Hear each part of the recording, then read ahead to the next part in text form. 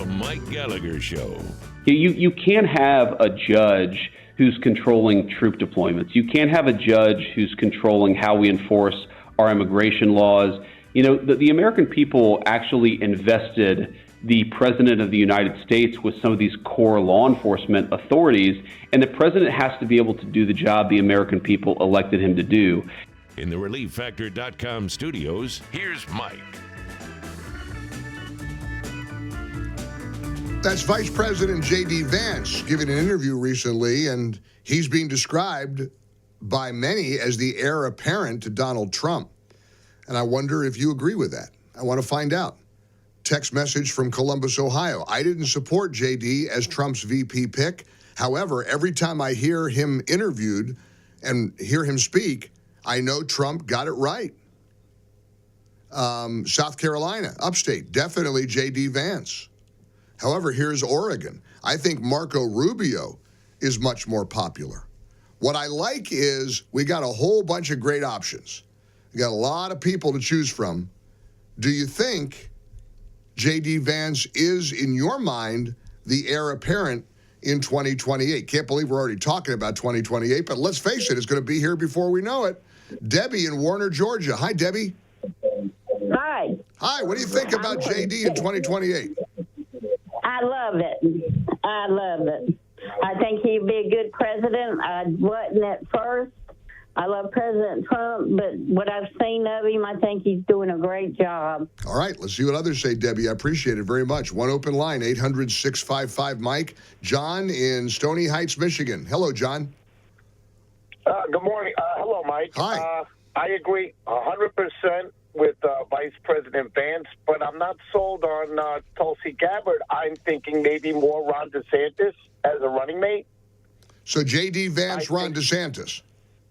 Yes, sir. I think that both of them can carry on the agenda, and I agree with you. We have to think of 2028 because we need another term to cement what we're doing now. If all this is just for 4 years, then we're just going to keep going backwards. Yeah, I mean, the only problem with your theory or your hypothetical is I'm not sure Ron DeSantis would agree to be anybody's vice presidential running mate. Would it be hard for him to, after running for president and then, of course, kind of shutting that down rather quickly, would it be hard for him to return as vice president? You know what? That's a good point. You know, it's just a tough call. You hit the nail on the head. We have a lot of good people, but I'm looking at somebody that wants to carry on what President Trump is doing now. That's right. The Trump legacy. That's you and I are on the same page, John. I appreciate it.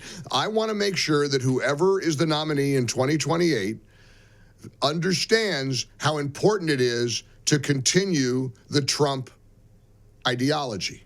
Because the fact is, Americans want the Trump worldview. Look, they can scream all they want. They can cry. They can beat their heads against the wall. What Trump is doing is winning. Don't believe me?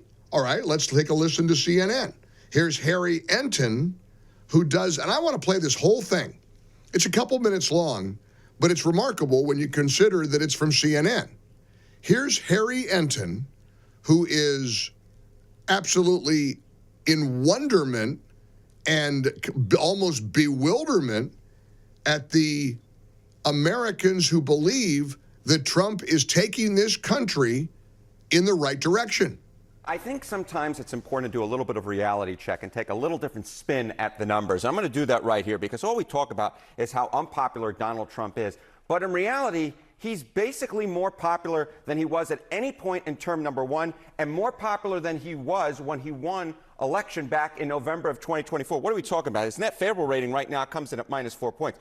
Compare that to where he was when he won in November of 2024 when he was at -7 points, or March of 2017 when he was at -10 points. So when you compare Trump against himself, he's actually closer to the apex than he is to the bottom of the trough. And of course, that's so important because Donald Trump, historically speaking, has had his numbers underestimated. So I think it's very important to compare him to himself to understand he's actually more popular now than he was when he won, or certainly where he was at this point back in his first term. The bottom line is Trump is more towards the ceiling than he is towards the floor. So when you do that, it makes my knees hurt.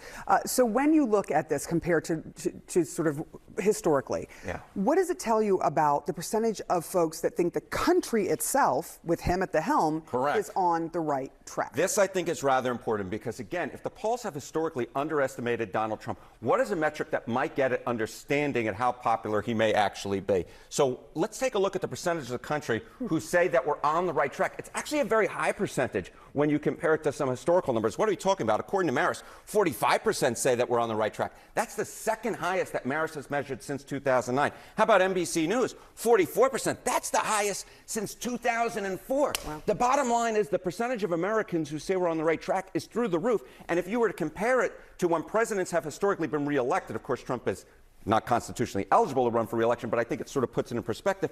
42% of the country says the country is on the right track when the incumbent party is re-elected. And also keep in mind, back when Kamala Harris lost and the Democrats were turned out of power, only about 27 to 28% of the country said the country is on the right track. The bottom line is right now, a much higher percentage of the country says we're on the right track.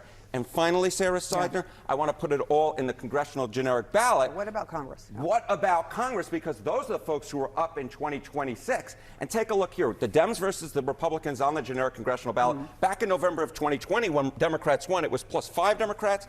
Tied in November of 2022, +1 in November of 2024 when Republicans maintain control. And then you look at March of 2025. This number looks a lot more like 2022 or 2024 when Republicans won control of Congress. The bottom line is, yes, Donald Trump's approval rating is lower than compared to a lot of his predecessors, but it's higher than compared to himself. A lot of folks say the country's on the right track, and the generic congressional ballot looks a heck of a lot more like when Republicans win than when Democrats win. It will be interesting to see if any of what and that's why we move on from so-called signal gate.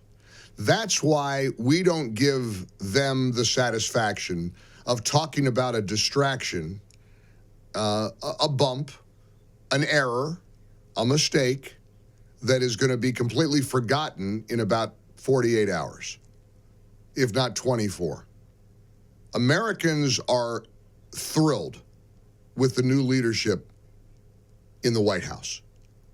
When you've got a CNN guy saying that the support for the direction of the country right now is through the roof, that's why we can't play their game. So we're talking a little bit about JD Vance being mentioned by the Daily Caller as the heir apparent to run for president in 2028 to succeed Donald Trump. Let's see what Kim in Colorado Springs thinks about that idea. Hello, Kim. Hi, how are you today? I'm great. Appreciate you joining us. Wonderful. Well, I do not agree with JD Vance in 2028 until I see more. And I'll share with you why. Sure. I have volunteer lobbied for 25 years as an ultra-conservative activist. And what I noticed is when Biden was president, JD Vance voted for things that I was actually lobbying against, such as the infrastructure bill, which we all knew was just going to be a lot of money going out to big pockets. And so you have to look at his past voting record. You know, anyone can be a strong leader beside Trump. Anyone can. Like who? Like in your view, who do you think would be better than JD? You know, I don't know, because I need to look up everybody's voting record. Sure. And that's really the important part. We have to stop voting for people based on popularity and what they're saying in the moment.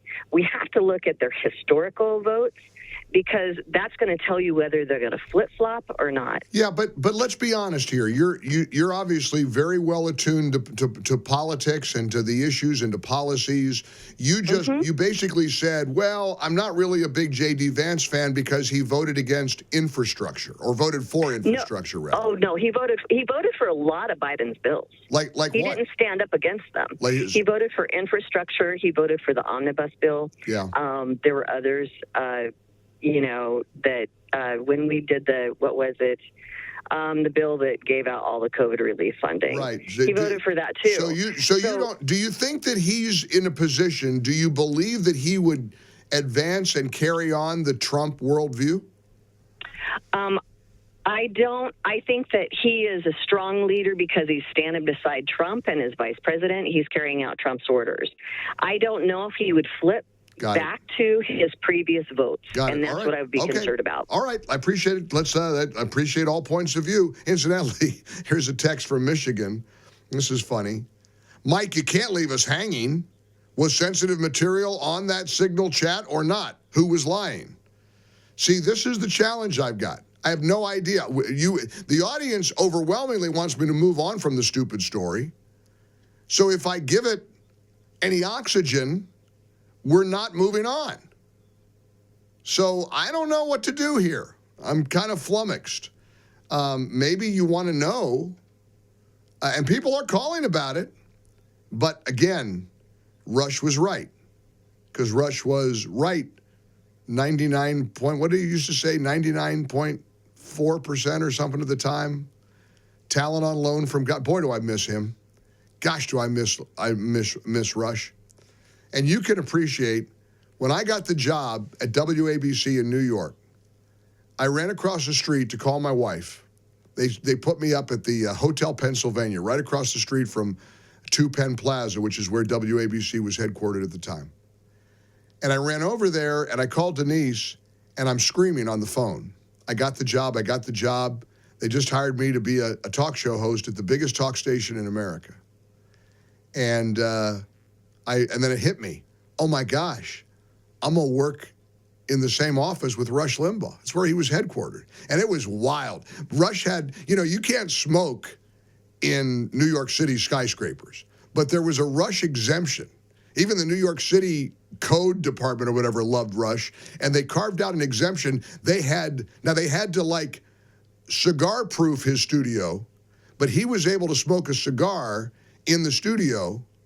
But Rush paid personally for all this special ventilation, so that it didn't affect anybody else in the office space or the building. But he did. It was Rush, one of a kind, and we miss him very much. It's fun to kind of go back and look at some of his monologues and apply them to what they would be like today. He was one of a kind. For full shows, live and on demand, it's Salem News Channel.